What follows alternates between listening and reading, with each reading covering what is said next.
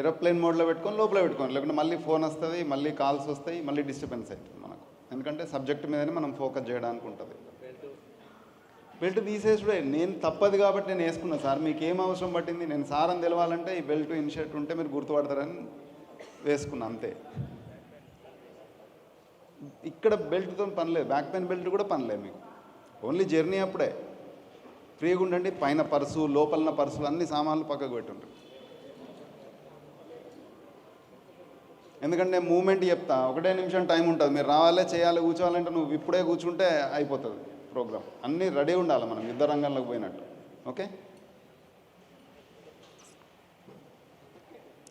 అట్లనే దీంతో పాటు మన మైండ్లో కూడా 100 ఆలోచనలు ఉన్నాయి కదా, తీసి పక్కకు పెట్టండి. ఫస్ట్ ఏం చెప్తారు అసలు, ఏం కథ, ఏం చెప్తున్నావు నాకే తెలియదు, నీకెందుకు టెన్షన్?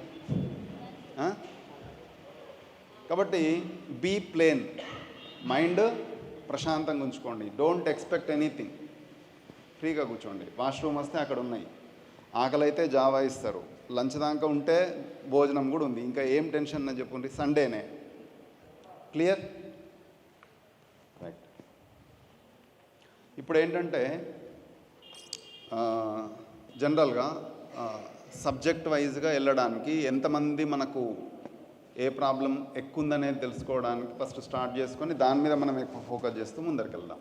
ఓకే, ఫస్ట్ పైనుంచి కిందికి వద్దామా, కింద నుంచి పైకి వెళ్దామా? పైనుంచి కిందికి వద్దాం.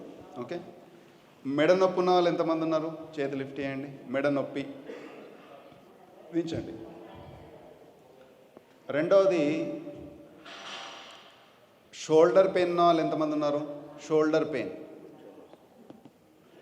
వేరే చేతి లేపుండ్రి, ఇది లేవకుంటే లేసే చేతిని లేపుండ్రి, దించండి. Shoulder pain.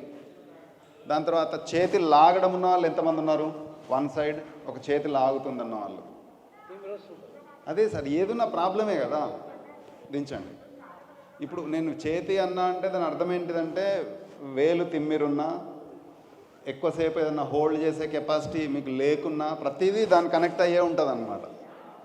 ఇది అయిపోయింది. అట్లాగే చేతులలో తిమ్మిర్లు ఉన్న వాళ్ళు ఎంతమంది ఉన్నారు? చేతులలో తిమ్మిర్లు ఉన్న వాళ్ళు ఎంతమంది ఉన్నారు? దీని తర్వాత వచ్చేసిన తర్వాత మైగ్రేన్ ఉన్న వాళ్ళు ఎంతమంది ఉన్నారు? తలనొప్పి. తలనొప్పి దించండి. దీని తర్వాత వచ్చేసి ఎసిడిటీ ఉన్న వాళ్ళు ఎంతమంది ఉన్నారు? ఎసిడిటీ, ఇదంతా మండుతుంది సార్, కొంచెం ఇబ్బంది ఉంది, దించండి. తర్వాత గ్యాస్ట్రిక్.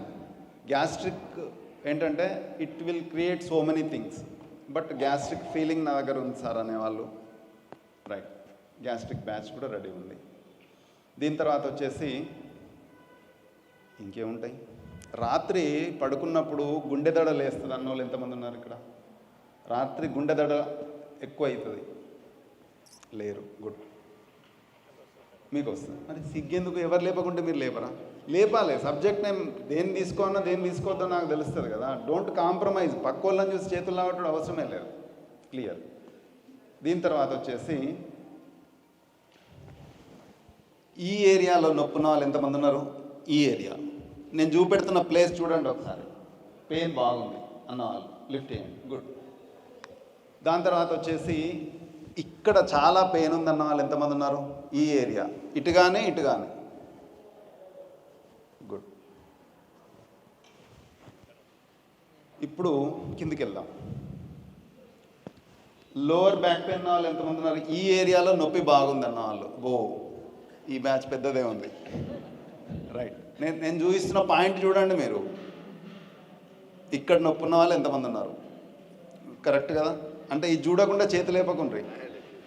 రెండవది లెఫ్ట్ ఆర్ రైట్, లెఫ్ట్ కానీ రైట్ కానీ ఈ ప్లేస్లో నొప్పి ఉన్న వాళ్ళు ఎంతమంది ఉన్నారు? ఈ ప్లేస్, ఓకే, క్లియర్. తర్వాత లెఫ్ట్ కానీ రైట్ కానీ కాళ్ళు లాగుతున్న వాళ్ళు ఎంతమంది ఉన్నారు? లెఫ్ట్ కానీ రైట్ కానీ కాళ్ళు లాగడం, రైట్. దీని తర్వాత ఇంకొకటి కనెక్టివిటీ ఫుల్ కనెక్ట్ అయిపోయింది వీళ్ళది. అంటే లెఫ్ట్ చేతి లాగుతుంది, లెఫ్ట్ సైడ్ కాలు లాగుతుంది, లేదు రైట్ చేతి లాగుతుంది, కాలు లాగుతుంది, రెండూ ఆల్రెడీ లాగుతున్నాయి అన్న వాళ్ళు ఎంతమంది ఉన్నారు? సార్ కాంప్రమైజ్ కాకుండా లిఫ్ట్ చేస్తే నేను సబ్జెక్ట్ మీదకి వెళ్ళొచ్చు. గుడ్. మోకాలు నొప్పులు ఉన్న వాళ్ళు ఎంతమంది ఉన్నారు? మోకాలు నొప్పులు, రైట్. మోకాళ్ళ బ్యాచ్, నడుం బ్యాచ్ పెద్దగా ఉంది, కింది బ్యాచ్ ఎక్కువ మంది ఉన్నారు. గుడ్. అట్లాగే ఏమంటారు వీటిని? Heel pain.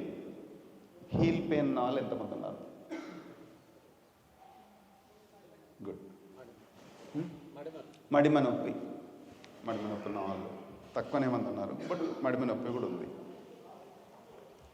అట్లాగే ఇప్పుడు ఉన్నటువంటి మీ ప్రాబ్లమ్స్కు ఆల్రెడీ మేము మెడిసిన్ వాడుతున్నామన్న వాళ్ళు ఎంతమంది ఉన్నారు? వీటికి మెడిసిన్ ఇప్పుడు మేము వాడుతున్నాం, కంటిన్యూషన్లో ఉంది అన్న వాళ్ళు దించండి.